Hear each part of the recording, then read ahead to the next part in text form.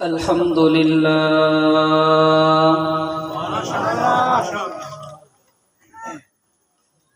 الحمد لله نحمده ونستعينه ونستغفره ونؤمن به ونتوكل عليه ونعوذ بالله من شرور أنفسنا ومن سيئات أعمالنا من يهده الله فلا مضل له ومن يضلله فلا هادي له ونشهد أن لا إله إلا الله وحده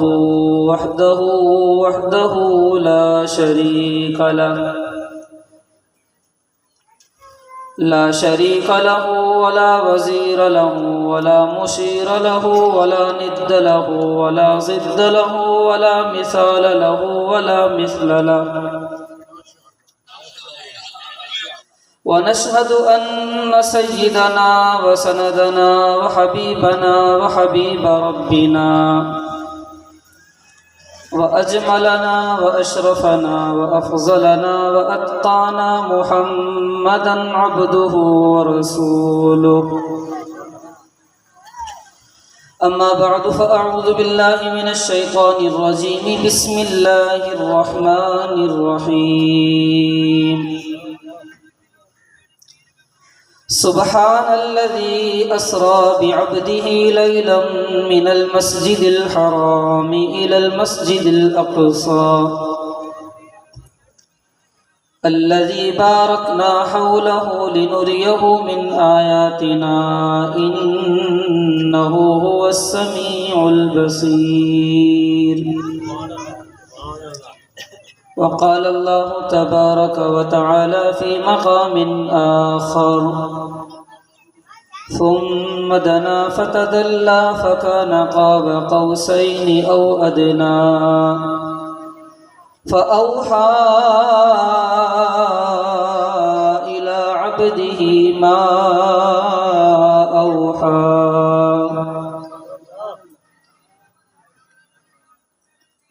اللهم صل على محمد وعلى آل محمد كما صليت على إبراهيم وعلى آل إبراهيم إنك حميد مجيد اللهم بارك على محمد وعلى آل محمد كما باركت على إبراهيم وعلى آل إبراهيم إنك حميد مجيد يا رب صل وسلم دائما أبدا على حبيبك خير الخلق كلهم هو الحبيب الذي ترجى شفاعته لكل هول من الأهوال مقتحم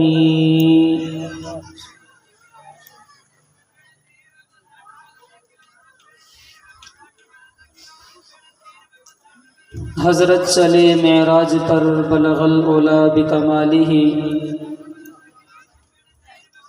حضرت چلے معراج پر بلغ العلا بکمالہ اندھیرا تھا اجالا ہوا کشف الدجا بجمالہ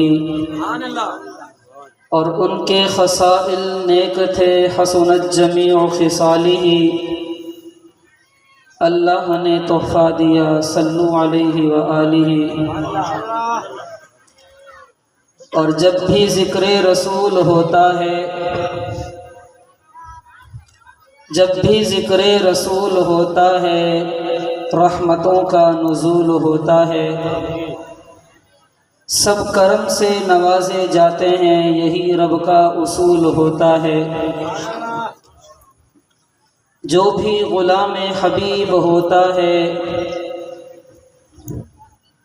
بھی غلام حبیب ہوتا ہے وہ بڑا ہی خوش نصیب ہوتا ہے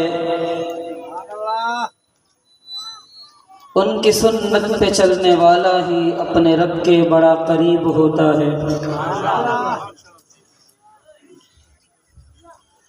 اخلاص کے ساتھ محبت کے ساتھ تمام حضرات نماز والا درود شریف پڑھ لیں۔ اللہم صلی علی محمد وعلی آل محمد کما صلیت علی ابراہیم وعلی آل ابراہیم انک حمید مجید۔ اللہم بارک علی محمد وعلی آل محمد کما بارکت علی ابراہیم وعلی آل ابراہیم انک حمید مجید۔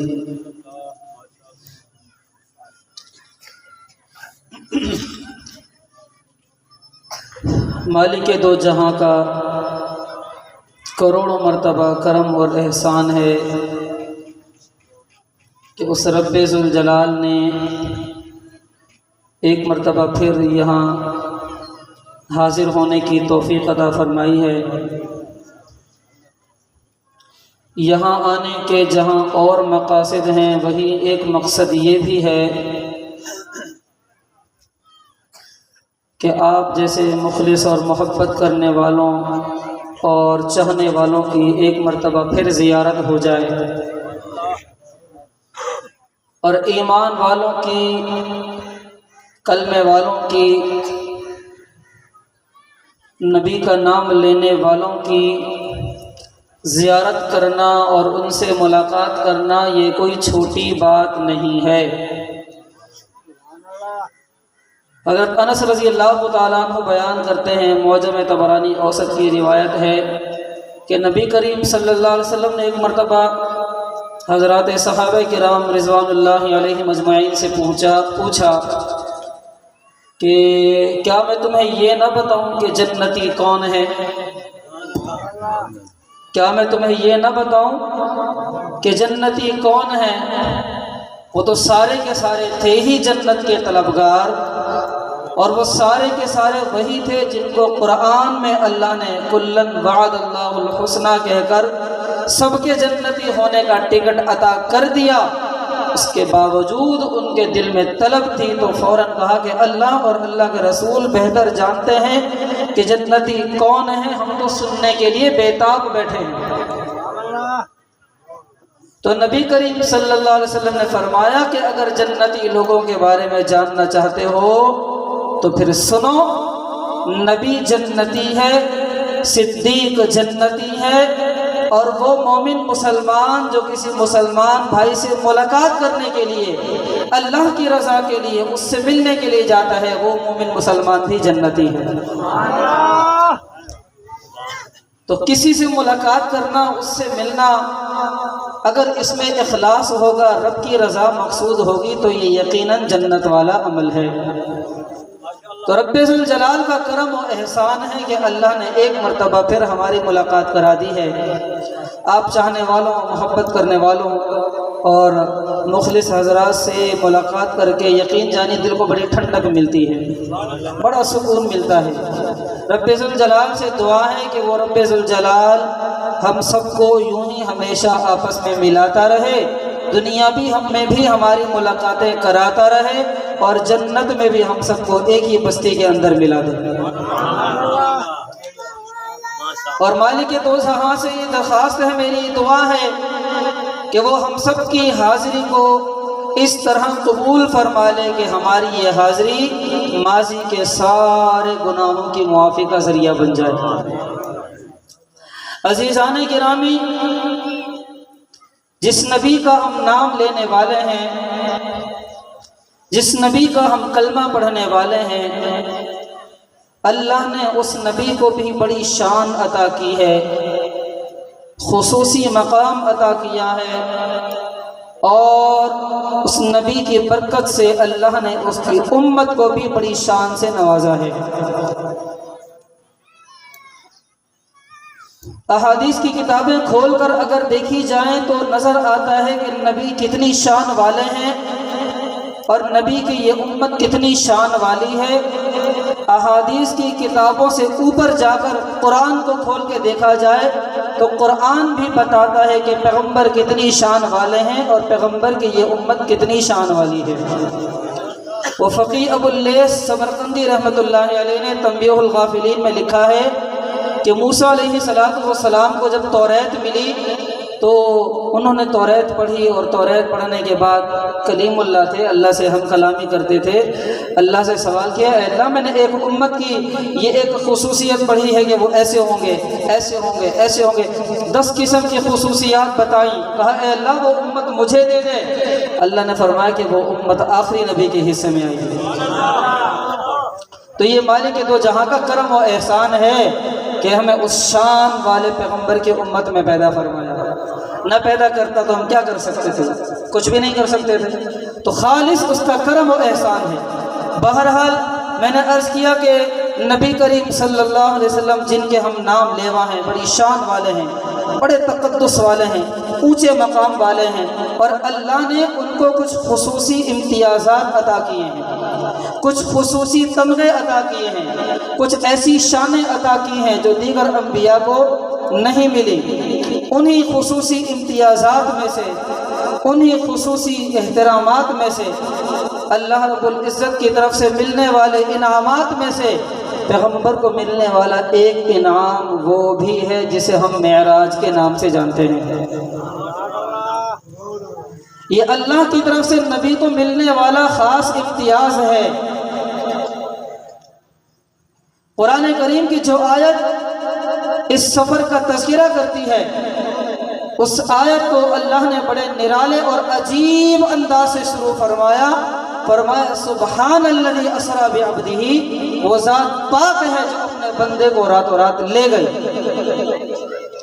اب کچھ حکمتیں ہیں کہ معراج کیوں کرائی گئی ہے، یہ خصوصی امتیاز کیوں ملا ہے، اور قرآن مجید کے جو الفاظ ہیں ان الفاظ کا بھی اللہ نے انتخاب کیوں کیا ہے، ان میں بھی بڑی حکمتیں ہیں۔ آپ توجہ رکھیں گے تو انشاءاللہ آپ کو بات اچھی طرح سمجھ میں آ جائے گی۔ پیغمبر کو معراج کیوں کرائی گئی؟ معراج کیوں کرائی گئی پیغمبر کو؟ نبی کریم صلی اللہ علیہ وسلم پر ایک وقت وہ آیا جب آپ کے مشفق چچا، پیار کرنے والے چچا خواجہ ابو طالب دنیا سے رحلت فرما گئے، تو کفار جو تکلیفیں دینے سے پہلے جھجکتے تھے، خواجہ ابو طالب کے ہونے کی وجہ سے کفار جو تکلیفیں دینے سے جھجکتے تھے، خواجہ ابو طالب کے گزرنے سے وہ کفار کھل کر سامنے آئے، خوب تکلیفیں دی، پریشان کیا، ستایا، پتھر برسائے۔ پیغمبر مکہ سے سفر کر کے طائف پہنچے کہ وہاں کے لوگوں کو دین کی تعلیم دی جائے، وہاں کے لوگوں کو توحید سے روشناس کرایا جائے، مگر وہاں کے لوگوں نے بھی پیغمبر کے ساتھ جو سلوک کیا وہ آپ سنتے رہتے ہیں، پڑھتے رہتے ہیں، کوئی نئی بات نہیں۔ تو ان لوگوں نے اپنے اوباش شرارتی بچوں کو پیغمبر کے پیچھے لگایا کہ ان کو پتھر مارو، ان کو پیچھے سے آوازیں کسو اور ان کو تانے دو، ان کو برا بھلا کہو، العیاذ باللہ۔ ان سب نے یہی کیا۔ تو ان سب نے جب پیغمبر کے ساتھ یہ سلوک کیا اور وہ سب جب یہ چاہنے لگے کہ ہم اس عظیم ہستی کو ذلت اور حقارت کی پستیوں میں پہنچا دیں، جب انہوں نے یہ چاہا، اللہ نے ان کے ان ناپاک اور گندے ارادوں کو ختم کرنے کے لیے کہ وہ ذلت دینا چاہتے ہیں، وہ حقیر کرنا چاہتے ہیں، پستیوں میں پہنچانا چاہتے ہیں، اللہ نے ان کے ان برے عزائم کو رد کرتے ہوئے پیغمبر علیہ الصلوۃ والسلام کو عروج کی انتہا تک پہنچا دیا۔ یہ معراج کیوں ہوئی؟ حکمتیں کئی ہیں۔ ایک نبی گزرے ہیں حضرت یوسف علیہ السلام، سب نے نام سنا ہے، تذکرہ بھی سنا ہے، قصہ بھی سنا ہے، سنتے رہتے ہیں، پڑھتے رہتے ہیں۔ ایک وقت وہ آیا کہ زلیخا نے اپنا ایک ارادہ پورا کرنا چاہا مگر ناکام رہی۔ مصر کی عورتوں نے زلیخا کو تانے دیے کہ اس نے یہ کیا کیا، یہ عمل ٹھیک نہیں تھا، ایک غلام کے پیچھے پڑ گئی۔ تو زلیخا نے جب ان ساری عورتوں کی باتیں سنی تو ان ساری عورتوں کو ایک محل میں جمع کیا، ان سب کی دعوت رکھی۔ ان سب کی دعوت رکھنے کے بعد ان کے ہاتھوں میں پھل دے کر، چھریاں دے کر آواز دی کہ یوسف باہر نکل آئے۔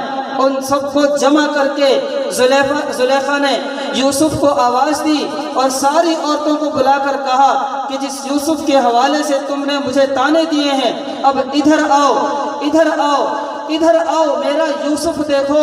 مثال دینے کا مقصد یہ نہیں ہوتا کہ ساری باتیں ایک جیسی ہوں، بتانا یہ مقصد ہے کہ زلیخا نے مصر کی ساری عورتوں کو جمع کر کے کہا ادھر آؤ، میرا یوسف دیکھو۔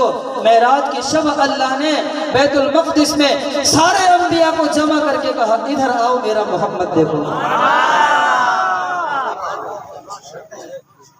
ادھر آؤ اور میرا محمد دیکھو۔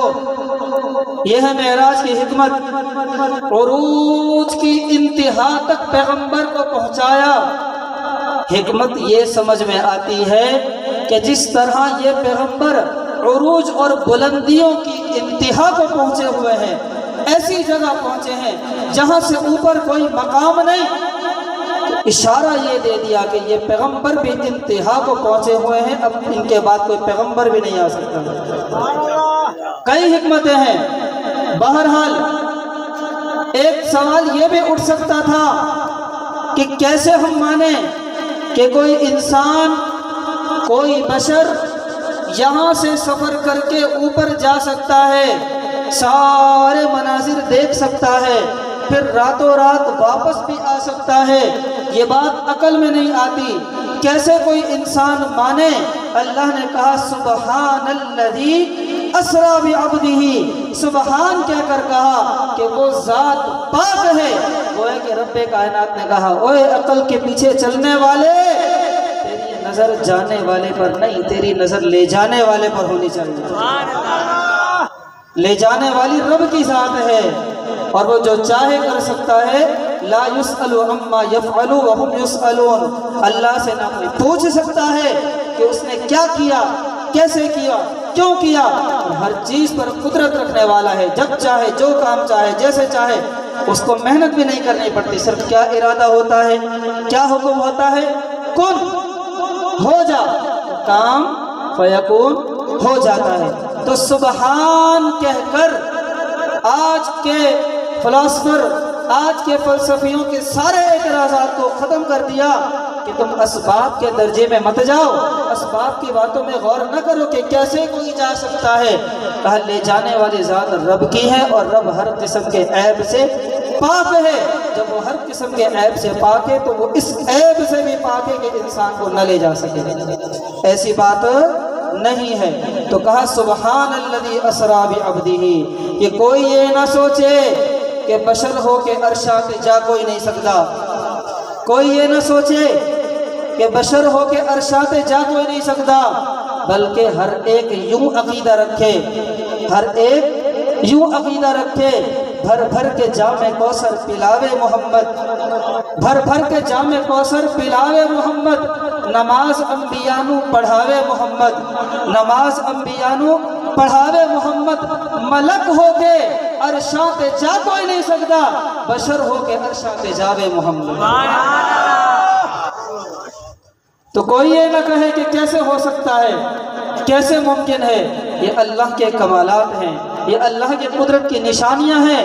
ایک لفظ سبحان کے اندر سارے اعتراضات کو دور کر دیا کہ کیسے گئے، کیسے ہو سکتا ہے، کیسے ممکن ہے۔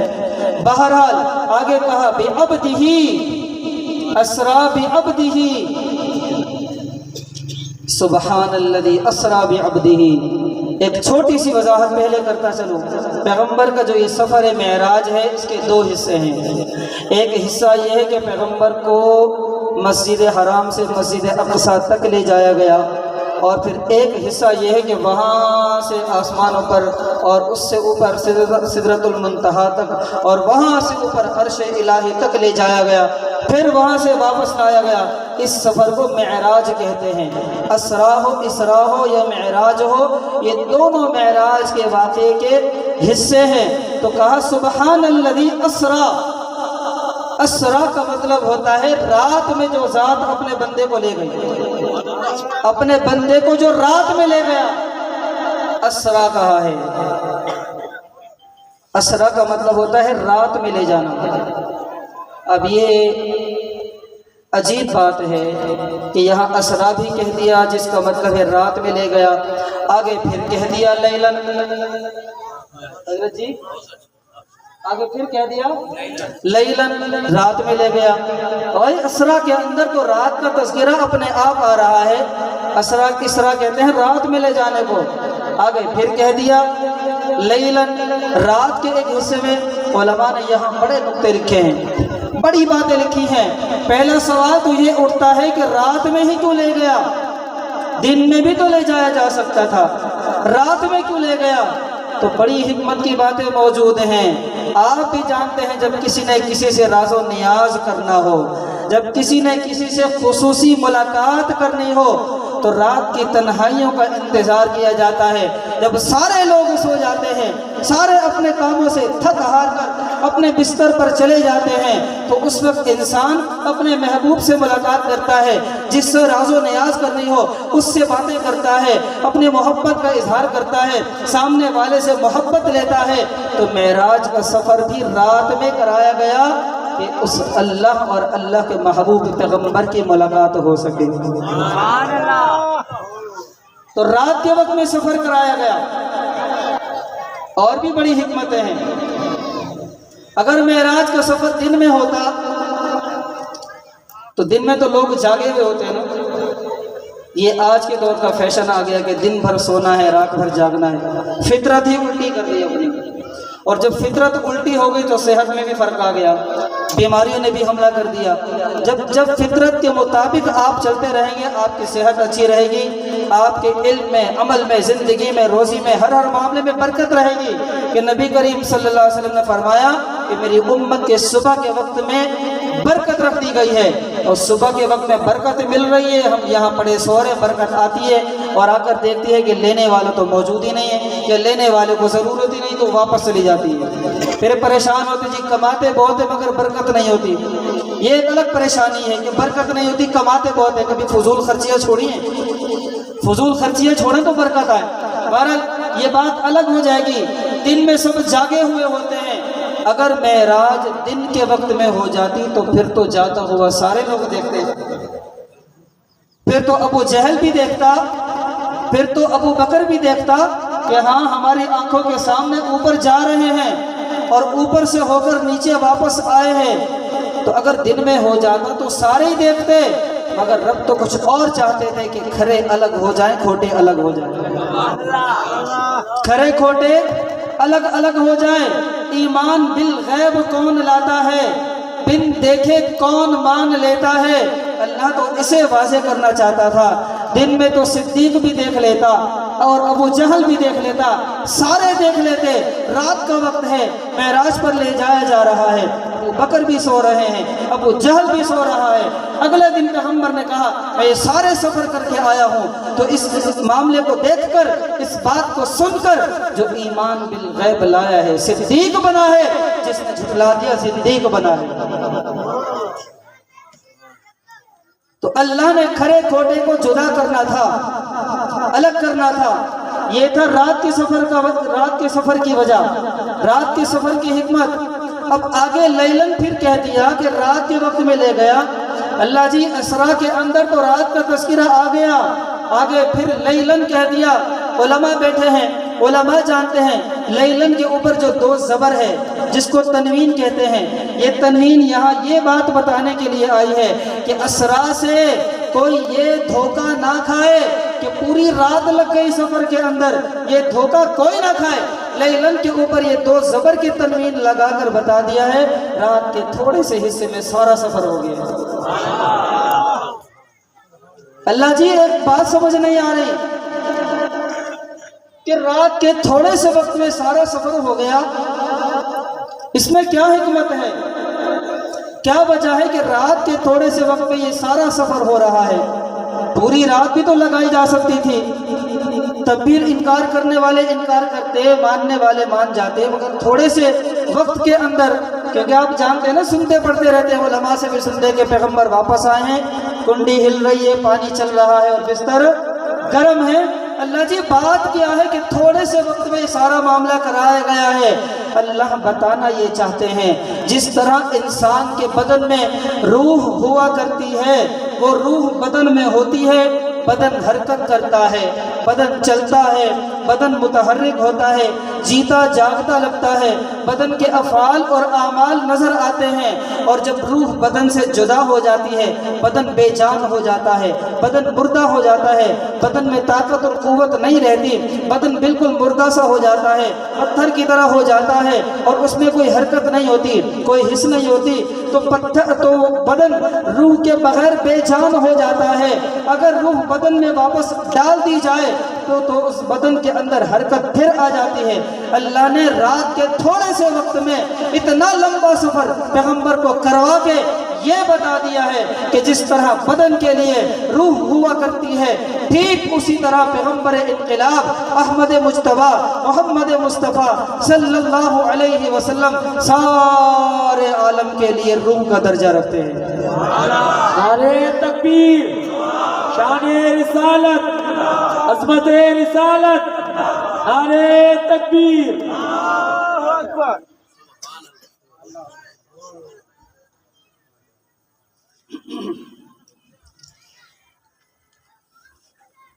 روح کے بغیر بدن میں حرکت ہوتی ہے؟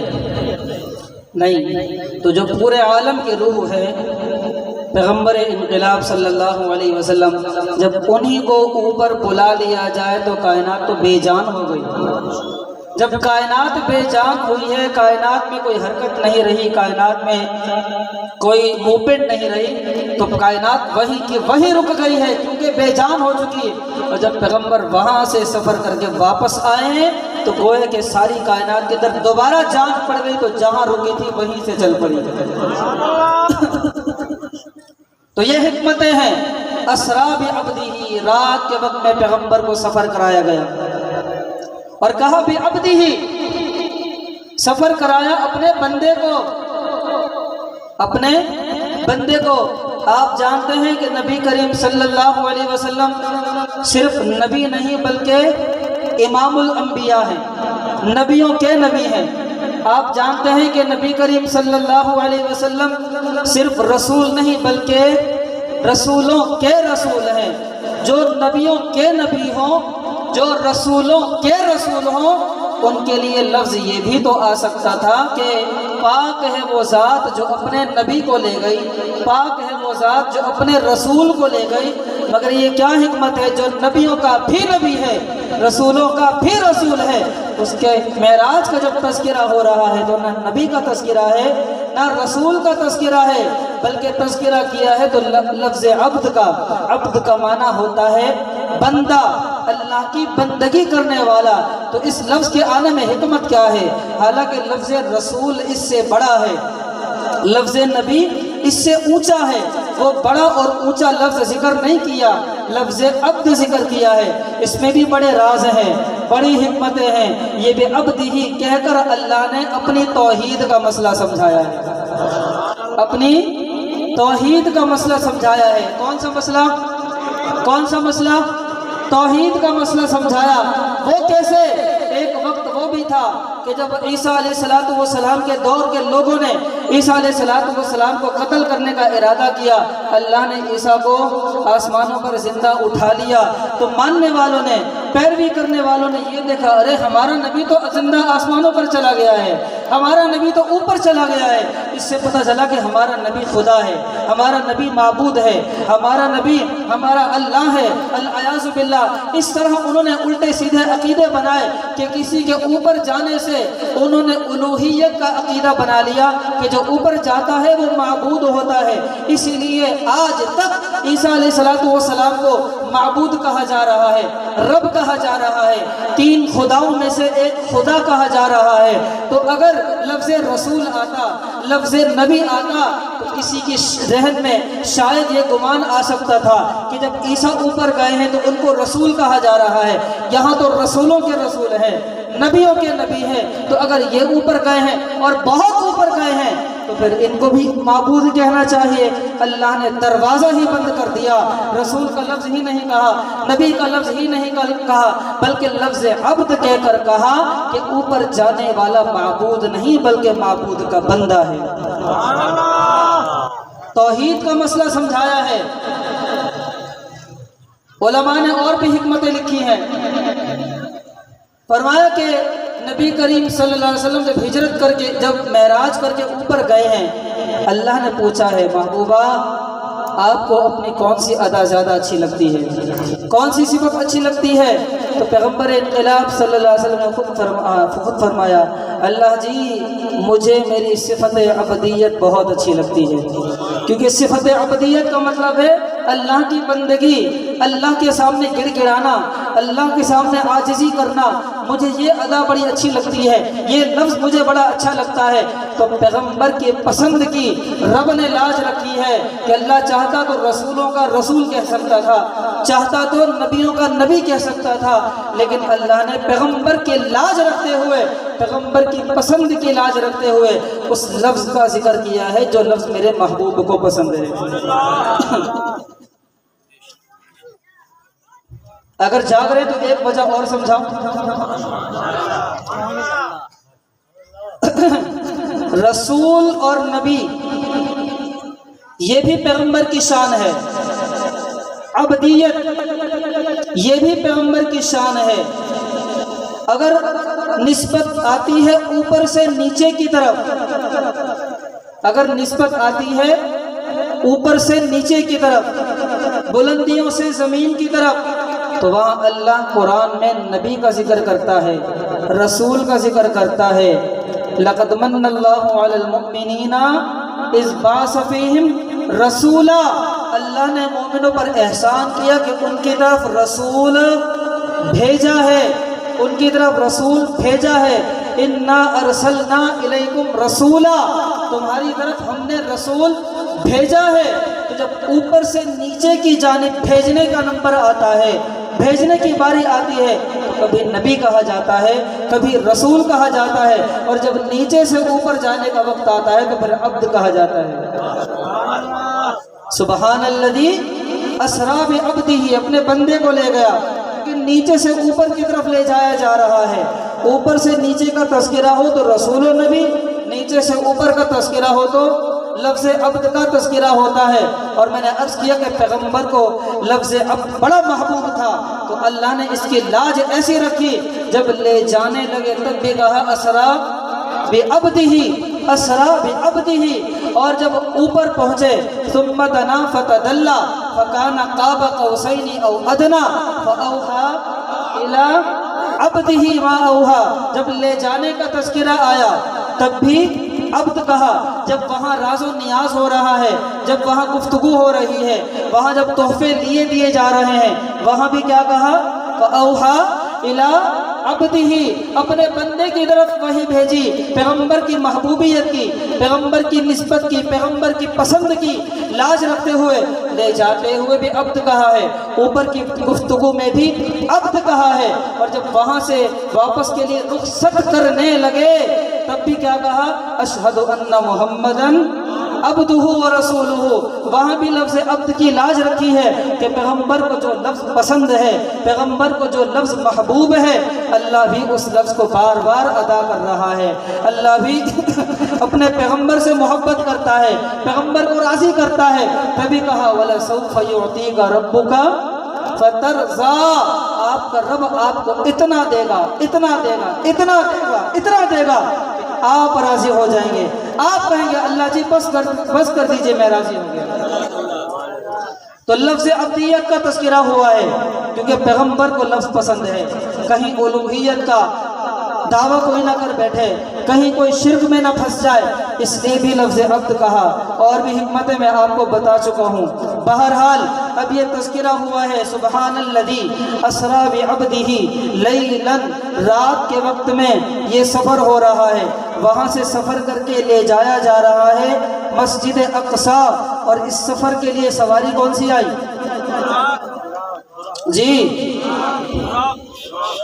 آپ حضرات بتائیں گے، براق سواری آئی۔ کہ براق کیا ہے؟ کیا ہے براق؟ علماء لکھتے ہیں گھوڑے سے کچھ چھوٹا اور خچر سے کچھ بڑا جانور ہے، اور یہ براق کوئی ایک نہیں ہے۔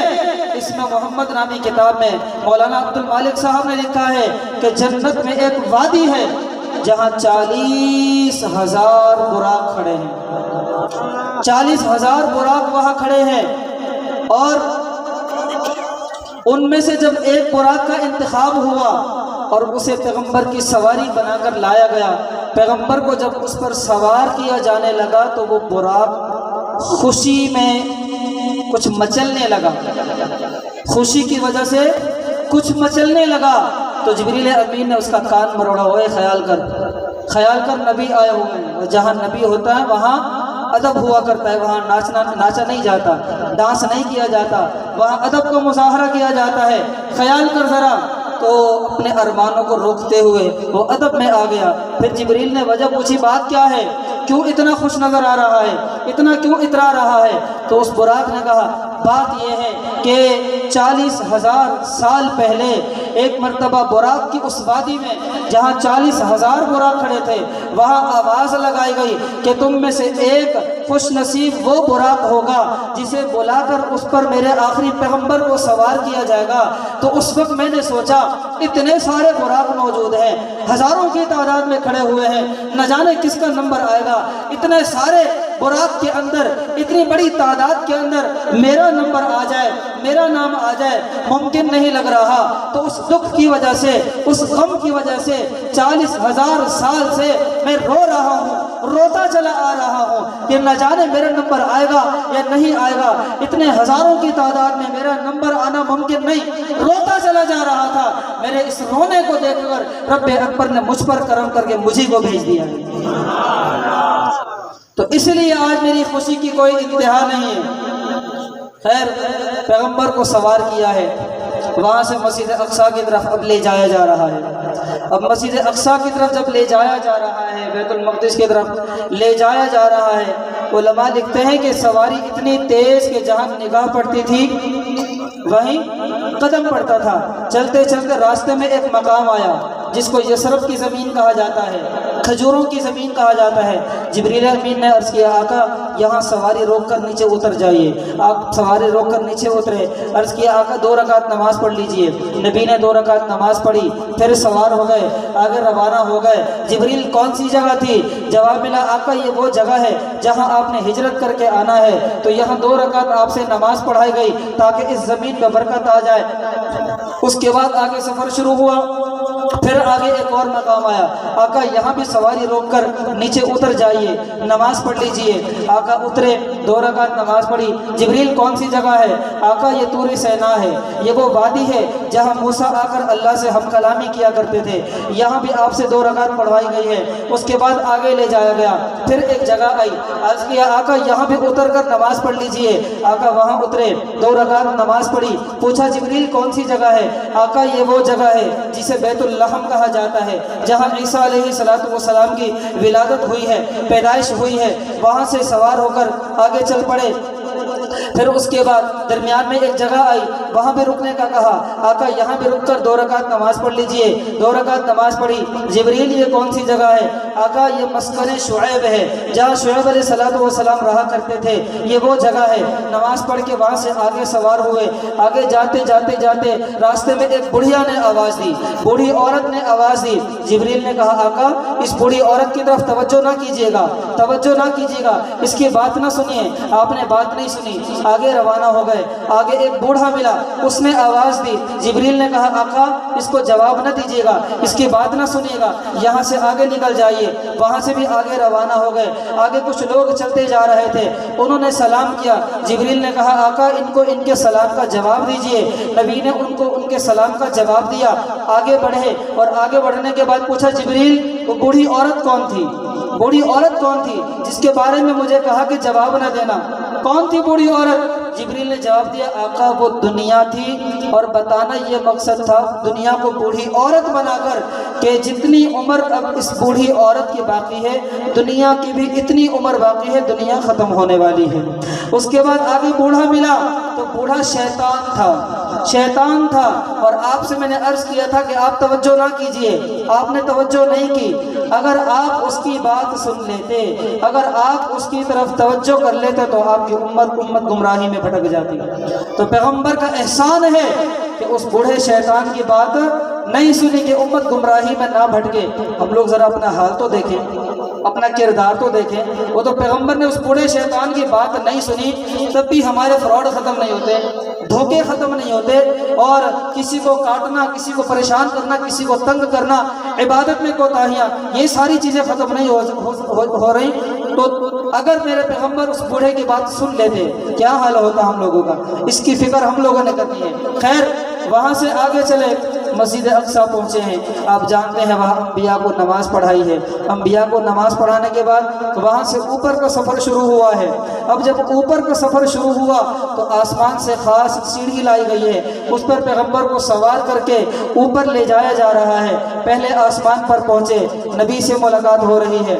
پہلے آسمان پر ملاقات ہوئی آدم علیہ السلام سے، دوسرے پر ملاقات ہوئی عیسیٰ علیہ السلام سے، تیسرے پر ملاقات ہوئی ادریس علیہ السلام سے، چوتھے پر ملاقات ہوئی کن سے ہوئی ہے؟ جی، یوسف علیہ السلام سے ملاقات ہوئی۔ آگے چلے ہیں ہارون علیہ السلام سے، پھر موسیٰ علیہ السلام سے، پھر ابراہیم علیہ السلام سے۔ ساتوں آسمانوں سے گزرتے ہوئے انبیاء سے ملاقات ہو رہی ہے۔ وہاں ابراہیم کو دیکھا بیت المعمور سے ٹیک لگائے بیٹھے ہیں۔ بیت المعمور فرشتوں کا کعبہ ہے، جس کے بارے میں احادیث میں کیا آتا ہے کہ اللہ کی طرف سے 70,000 فرشتے روزانہ آ کر بیت المعمور کا طواف کرتے ہیں، چلے جاتے ہیں، پھر دوبارہ قیامت تک ان فرشتوں کی پھر باری نہیں آتی، ان کی نوبت نہیں آتی، اتنی تعداد میں فرشتے۔ بہرحال اب وہاں سے اوپر چلے سدرۃ المنتہا۔ اب وہاں جبریل کہہ رہے ہیں آقا میں آگے نہیں جا سکتا، اب میں آگے نہیں جا سکتا، اب آپ نے اکیلے جانا ہے۔ جبریل وہاں رکے، پیغمبر آگے جانے لگے ہیں۔ اب آگے جاتے جاتے پیغمبر فرماتے ہیں کہ 70,000 حجاب کے پردے مجھے پار کرنے پڑے، 70,000 حجاب کے پردے مجھے پار کرنے پڑے۔ اب جب اوپر گیا تو تنہائی میں مجھے کچھ وحشت ہونے لگی، انسان کی فطرت میں ہوا کرتا ہے یہ، تنہائی میں کچھ وحشت ہونے لگی تو میں تیزی سے آگے بڑھنے لگا۔ اب جب میں تیزی سے آگے بڑھنے لگا تو پیچھے سے ایک آواز آئی ہے، رک جائیے، رک جائیے، اس وقت آپ کا رب آپ پر صلاۃ و سلام پڑھنے میں مشغول ہے، رک جائیے۔ حضور فرماتے مجھے دوہری حیرت ہوئی، 2 مرتبہ کی حیرت ہوئی۔ ایک حیرت تو یہ کہ اللہ صلاۃ و سلام کے اندر مشغول ہے، اس کا کیا مطلب، اور دوسری حیرت یہ کہ یہ آواز جس کی ہے وہ یہاں مجھ سے پہلے کیسے پہنچا ہے، وہ یہاں مجھ سے پہلے کیسے پہنچا ہے۔ دونوں حیرتیں اپنی جگہ۔ تو پہلی جو حیرت ہو رہی ہے کہ اللہ صلاۃ میں مشغول ہے، تو اس کا جواب ملا کہ اللہ کے صلاۃ میں مشغول ہونے کا مطلب یہ ہے کہ اس آیت کی طرف توجہ کر لیجئے، هو الذی یصلی علیکم وملائکتہ، وہ رب ہے، وہ رب ہے، وہ اللہ ہے جو آپ پر اپنی رحمتوں کا نزول کر رہا ہے، آپ پر اپنی رحمتیں برسا رہا ہے، آپ پر درود و سلام بھیج رہا ہے، آپ کے استقبال میں آپ پر درود بھیجا جا رہا ہے۔ توجہ کیجیے گا، علماء بڑی عجیب بات لکھتے ہیں۔ اللہ نے قرآن میں کہا نماز پڑھو، کہیں یہ نہیں کہا کہ میں بھی پڑھتا ہوں۔ اللہ نے کہا روزہ رکھو، کہیں یہ نہیں کہا کہ میں بھی رکھتا ہوں۔ اللہ نے کہا حج کرو، کہیں یہ نہیں کہا کہ میں بھی کرتا ہوں۔ لیکن جب باری آئی ہے پیغمبر پر درود بھیجنے کی تو رب نے کیا کہا، ان اللہ وملائکتہ یصلون علی النبی یا ایھا الذین آمنوا صلوا علیہ وسلموا تسلیما۔ باقی نمازوں، باقی عبادت کی بات آتی ہے، اللہ کہتا ہے تم کرو، لیکن جب بات آتی ہے پیغمبر اکبر پر درود بھیجنے کی، اللہ کہتا ہے مومنو تم بھی کیا کرو، اس لیے کہ میں بھی کیا کرتا ہوں۔ نعرہ تکبیر، شیخ رسالت، حضرت رسالت، نعرہ تکبیر۔ یہ آواز جس کی ہے وہ پہلے کیسے پہنچا ہے، کس کی آواز تھی؟ حکیم الامت، مجدد الدین والملت حضرت مولانا اشرف علی تھانوی رحمۃ اللہ علیہ نے سیرت پر مختصر سی کتاب لکھی، نشر الدین فی ذکر النبی الحبیب صلی اللہ علیہ وسلم۔ اس میں لکھا جب پیغمبر وہاں پہنچے تو آواز آئی کہ رک جائیے، آپ کا رب صلاۃ میں مشغول ہے۔ تو وہ آواز ابو بکر کی تھی۔ پیغمبر حیران، ابو بکر یہاں مجھ سے پہلے کیسے پہنچ گئے؟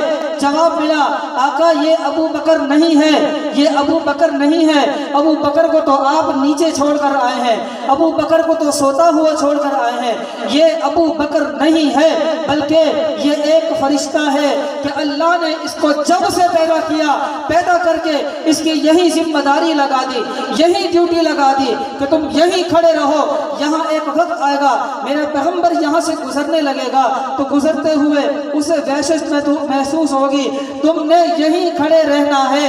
اور جب پیغمبر یہاں سے گزرنے لگے اور اسے وحشت محسوس ہونے لگے تو اس انسان کی آواز میں پیغمبر کو آواز دے دینا جو آواز اس پیغمبر کو سب سے زیادہ پیاری لگتی ہے۔ نعرے تکبیر، شان صدیق اکبر، عظمت صدیق اکبر، نعرے تکبیر۔ آپ کہیں سفر کرتے ہیں تو تنہائی میں آپ سے سفر نہیں ہوتا، اور اگر سفر کرتے ہیں آپ کے ساتھ کوئی اور بھی ہوتا ہے تو جو آپ کے ساتھ ہوتا ہے اس کا مزاج دیکھتے ہیں، اس کا مزاج مجھ سے ملتا ہے نہیں ملتا، میری طبیعت کو وہ جانتا ہے نہیں جانتا، میرے انداز کو وہ جانتا ہی نہیں جانتا، مجھے کیا پسند ہے کیا پسند نہیں ہے اس کے بارے میں اسے معلومات ہے یا نہیں، میرا خیال رکھے گا نہیں رکھے گا۔ آپ ان ساری چیزوں کو دیکھنے کے بعد اپنے رفیق سفر کو دیکھتے ہیں، اگر وہ آپ کا ہم مزاج نہ ہو آپ پیچھے ہٹ جاتے ہیں، کہتے ہیں نہیں کوئی نہ کوئی عذر کر جاتے ہیں، نانا ان کے ساتھ سفر نہیں کرنا، مزاج نہیں ملتا، اور جن سے مزاج ملتا ہے آپ انہی کو سفر میں ساتھ رکھتے ہیں تاکہ سفر بھی اچھا رہے، سفر میں پریشانی بھی نہ ہو، مشقت بھی نہ ہو، اور سفر میں الفت بھی ملے، پیار بھی ملے، وحشت بھی نہ ہو۔ اللہ نے جس طرح ہجرت کی رات پیغمبر کے ساتھ اسی کو جوڑا ہے جو پیغمبر کو زیادہ محبوب ہے، یہاں بھی اللہ نے اسی کی آواز میں فرشتے کی ذمہ داری لگائی کہ آواز لگاؤ جو آواز پیغمبر کو سب سے زیادہ پیاری لگتی ہے۔ تو وہ صدیق اکبر کی آواز میں وہاں سے آواز لگی، ابو بکر نہیں تھا بلکہ ابو بکر کی آواز میں فرشتے نے بات کی ہے، وہاں سے اوپر گئے ہیں، اب وہ پردے پار ہو گئے، اب وہاں دیدار کے لیے قریب پہنچ گئے ہیں، اور وہاں اب سورۃ نجم کی آیتیں کہتی ہیں ثم دنا فتدلی، ثم دنا فتدلی، دنا کا مطلب قریب ہونا، تدلا کا مطلب اوپر ہونا، علماء لکھتے ہیں کہ اس میں تقدیم و تاخیر ہے، تدلا فدنا یعنی کہ اوپر گئے ہیں، بلند ہوئے ہیں، اور اوپر پہنچ کر پھر قریب ہوئے ہیں، کتنا قریب؟ اللہ کہتا ہے فَكَانَ قَابَ قَوْسَيْنِ أَوْ أَدْنَىٰ، فَكَانَ قَابَ قَوْسَيْنِ أَوْ أَدْنَىٰ۔ اب اس آیت کو سمجھانے سے پہلے آپ کو میں سمجھاتا ہوں، عربوں میں رواج یہ تھا جب دو آدمی تیر چلاتے تھے تو جس کمان سے تیر نکالا جاتا ہے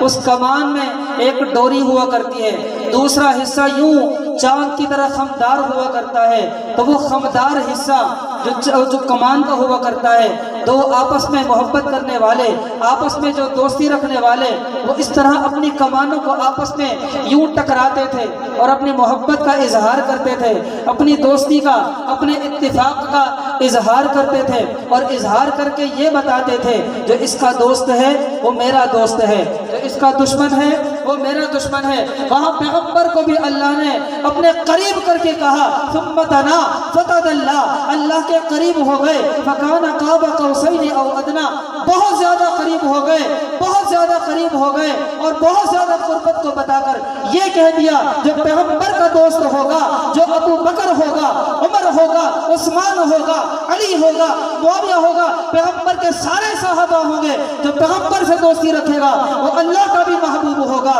اور جو پیغمبر سے دوستی نہیں رکھے گا، پیغمبر سے دشمنی رکھے گا، پیغمبر کے دوستوں سے دشمنی رکھے گا، پیغمبر کے یاروں سے بغض رکھے گا، اللہ کا وہ بھی دشمن ہے، اللہ اس کا نہیں۔ اب قریب ہو گئے، اب جی گفتگو شروع ہو رہی ہے، اب تحفے تحائف شروع ہو رہے ہیں، اب پیغمبر پہنچے ہیں تو جانے والے اچھے لوگ جب کسی کے پاس جاتے ہیں تو کچھ نہ کچھ لے کر جاتے ہیں، اب اوپر پہنچے، آئے ہیں اتنی دور سے، کچھ لے کر بھی آئے ہیں، اللہ تو بے نیاز ہے، کسی چیز کی ضرورت ہے اللہ کو نہیں، بے نیاز اللہ الصمد، کیا لے کر آئے ہیں؟ اللہ جی ایک چیز لے کر آیا ہوں، کیا؟ التحیات للہ والصلوات والطیبات، اے اللہ میری قولی عبادتیں، زبان سے ادا ہونے والی عبادتیں تیرے لیے، بدن سے ادا ہونے والی عبادتیں تیرے لیے، مال سے ادا ہونے والی عبادتیں تیرے لیے۔ یہ تین باتیں پیش کی ہیں، تین عبادتیں پیش کی ہیں، تین قسم کی عاجزی پیش کی ہے، اللہ کی طرف سے فوراً تین انعام ملے ہیں۔ السلام علیکہ ایھا النبی، اے پیغمبر آپ پر سلامتی ہو، ورحمت اللہ، دوسرا انعام، دوسرا تحفہ کہ اللہ کی طرف سے آپ پر رحمت برسے، وبرکاتہ، تیسرا انعام اللہ کی طرف سے آپ کو برکتیں ملیں۔ اب جب یہ تین تحفے ملے ہیں، پیغمبر نے دیکھا کہ اس وقت اللہ کی رحمت جوش میں ہے، اللہ کی رحمت جوش میں ہے۔ توجہ ہے تو ایک بات سمجھاؤں، توجہ ہے، توجہ یہاں رکھیں، اللہ کی رحمت جوش میں ہے، خوب اچھا موقع ہے اللہ سے کچھ مانگ لینے کا، خوب اچھا موقع ہے۔ اللہ نے کہا السلام علیکہ، محبوبہ آپ پر سلام ہو، محبوبہ آپ پر سلام ہو۔ پیغمبر نے ان کو یاد کیا جن کو نیچے چھوڑ کر آئے تھے۔ ربا آپ کہتے ہیں السلام علیکہ، جن کو نیچے زمین پر چھوڑ کر آیا ہوں، جن کو فرش پر چھوڑ کر آیا ہوں، جو میرے لیے مارے کھاتے ہیں، میرے لیے جو تکلیفیں برداشت کرتے ہیں، میرے لیے لوگوں کی پریشانیاں جھیلتے ہیں، میرے لیے لوگوں سے تانے سنتے ہیں۔ اللہ ان کا کیا ہوگا؟ محبوبہ کیا چاہتے ہو جلدی بتاؤ۔ کہا آپ نے کہا السلام علیکہ، مجھ پر سلامتی ہو، آپ مجھ پر سلامتی بھیج رہے ہیں، میری چاہت یہ ہے السلام علینا، مجھ پر بھی آپ کی طرف سے سلامتی ہو، جن کو نیچے چھوڑ کر آیا ہوں ان پر بھی آپ کا سلام ہو۔ تو پیغمبر نے صحابہ کو وہاں یاد رکھا ہے، اور بات یہاں تک رکی نہیں، السلام علینا قیامت تک کے پیغمبر ہے نا، امت تو قیامت تک چلے گی۔ صحابہ کا تذکرہ تو آ گیا، ان کے لیے تو اللہ کی طرف سے سلام لے لیا جو قیامت تک ایمان والے آئیں گے، شجاعت کی بستی میں جو پیدا ہوں گے، یہاں جو آ کر بیٹھیں گے پیغمبر کا نام سننے کے لیے، پیغمبر کی بات سننے کے لیے، ان کا کیا ہوگا؟ پیغمبر نے ان کو بھی یاد رکھا اور کہا وَعَلَىٰ عِبَادِ اللَّهِ الصَّالِحِينَ، اے اللہ جو میرے بعد، میرے ان صحابہ کے بعد دنیا میں آئیں گے، کلمہ پڑھیں گے، مومن بنیں گے، مسلمان ہوں گے، اے اللہ ان کے لیے بھی آپ کی طرف سے سلام کی ڈگری مجھے چاہیے۔ اللہ نے کہا ٹھیک ہے، جیسے آپ راضی ویسا ہی ہوگا، جو آپ کا کلمہ پڑھیں گے ان کو بھی میری طرف سے سلام ملتا رہے گا۔ یہ تحفے طائف لیے، اور آپ جانتے ہیں بات کو مختصر کرنے لگا ہوں، مشہور جو تحفے بتائے جاتے ہیں کہ لے کر آئے، کیا تھے وہ تحفے؟ جی کیا لے کر آئے؟ کتنی نمازیں لی؟ شروع میں کتنی ملی؟ 50۔ اب ایک تحفہ ہے 50 نمازوں کی صورت میں، ایک تحفہ ہے سورۃ بقرہ کی آخری آیتوں کی صورت میں، اور ایک تحفہ یہ لے کر آئے محبوبہ، اللہ کی طرف سے تحفہ یہ مل رہا ہے کہ اگر آپ کا امتی شرک میں مبتلا نہ ہوا، شرک سے بچ کر آیا، تو اس کے حق میں آپ کی شفاعت ضرور قبول کروں گا۔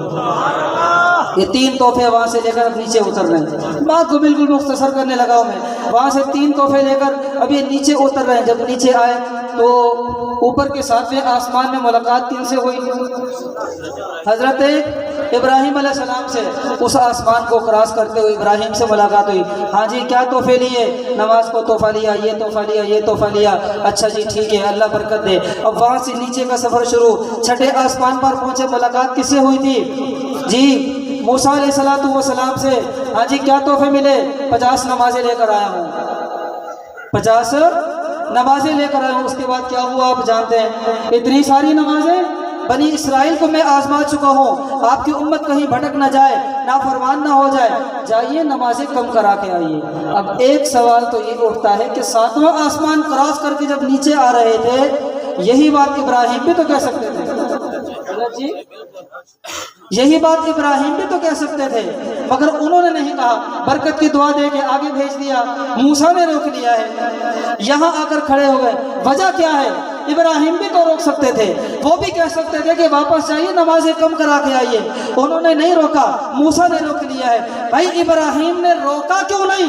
اس کی الگ وجہ ہے، موسیٰ نے روک دیا ہے، اس کی الگ وجہ ہے۔ ابراہیم کو جو مقام ملا وہ ہے مقام خلت، مقام خلیلیت۔ ابراہیم کا جب نام آتا ہے تو کیا کہا جاتا ہے؟ ابراہیم خلیل اللہ، ابراہیم خلیل اللہ، ابراہیم اللہ کا خلیل ہے، اور خلیل اسے کہا جاتا ہے جسے جب حکم ملتا ہے تو وہ وجہ نہیں پوچھتا، وہ کوئی بات نہیں کرتا، وہ آگے سے کوئی سوال نہیں کرتا، صرف اتنا کہتا ہے ٹھیک ہے، ٹھیک ہے، منظور ہے، کہا بیٹے کو ذبح کرو، ٹھیک ہے، بیوی اور بچے کو وہاں میدان میں چھوڑ دو، ٹھیک ہے، یہ کرنا ہے، ٹھیک ہے، ہجرت کر جاؤ، ٹھیک ہے، کبھی کوئی سوال نہیں پوچھا، کبھی کوئی بات نہیں پوچھی، بلکہ جو حکم ملا اس پر عمل پیرا ہو گئے۔ یہ مقام خلیلیت ہے، بہت بڑا مقام ہے۔